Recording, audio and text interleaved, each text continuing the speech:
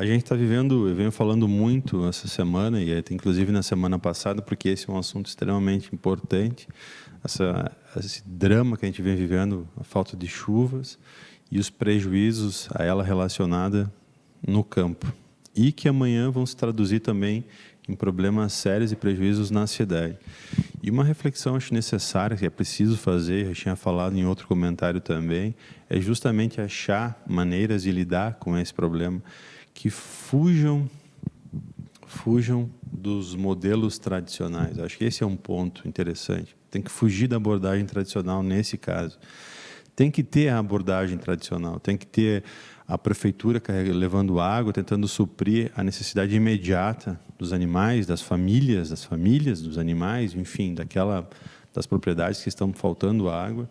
Tem que ter essa intervenção, tem que ter a perfuração, enfim, tem que ter toda uma abordagem imediata para lidar com o problema. Isso é importante. Mas também é necessário ter uma visão mais abrangente do assunto. E isso se resume a lidar com a água. Quanto mais condições nós tivermos de reter a água e fazer com que ela infiltre no solo e também alimente os lençóis e crie ambientes mais equilibrados, e isso tem conhecimento e pessoas, e não sou eu aqui que vou resolver isso, mas existem muitas pessoas capacitadas nesse assunto que podem contribuir com isso, para criar alternativas para a gente restabelecer o equilíbrio, mesmo frente a fenômenos maiores do ambiente onde a gente está inserido. E um ponto, conforme a agroecologia fala, um ponto é produzir água, e como se produz água através da vegetação. Mas essa é uma discussão que não tem que ser restrita também, simples e puramente, a técnicos, a prefeitos. Tem que ser uma demanda da sociedade. As pessoas não podem mais achar, porque estão aqui em Erechim ou no meio urbano, que elas não têm nada a ver com isso. Todos nós temos a ver, porque se faltar água, falta para todos.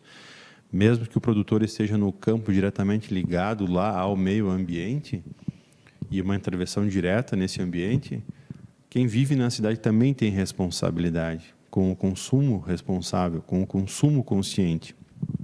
E minimamente em preocupar com a natureza, se preocupar com a natureza. Eu acho que a preocupação com a natureza, com a preservação, no equilíbrio para que isso consiga existir, é de todos. Não é só do gestor público, não é do prefeito, não é do técnico, do engenheiro agrícola ou, enfim, do doutor na área. A preocupação tem que ser também da sociedade civil. A sociedade civil tem que se envolver nesse processo de alguma maneira, estar atenta ao que está acontecendo, minimamente, inicialmente, e de alguma maneira tentar colaborar com isso. É assim que a gente vai, de repente, construir uma nova abordagem em relação ao ambiente, ao meio ambiente, à natureza. E sem ela, quando ela esboça um mínimo de desequilíbrio, que nós não estamos falando de um desequilíbrio, eu diria que essa seca é um princípio de desequilíbrio que já afeta de maneira absurda a existência da gente, a nossa existência, a nossa produtividade, a nossa produção de alimentos. E se isso fosse mais drástico, não haveria nem o que se fazer.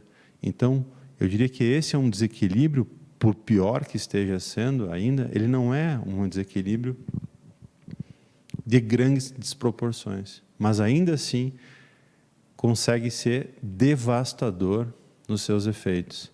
Então, para finalizar, o tema da natureza, assim como, eu tinha dito outra vez, assim como nas escolas a gente tem que ter educação financeira, e isso é uma abordagem muito interessante que vem ocorrendo para saber o valor, entender a importância dos impostos, a importância de se gerar uma nota fiscal, e entender isso e como isso reverte para a gente tem que inserir também, começando nas escolas, com as crianças, a importância da ecologia, da agroecologia e do ambiente, como ele interfere na nossa vida, e é o que é muito significativo e efetivamente determinante para que a gente esteja aqui. Um bom dia e é isso aí.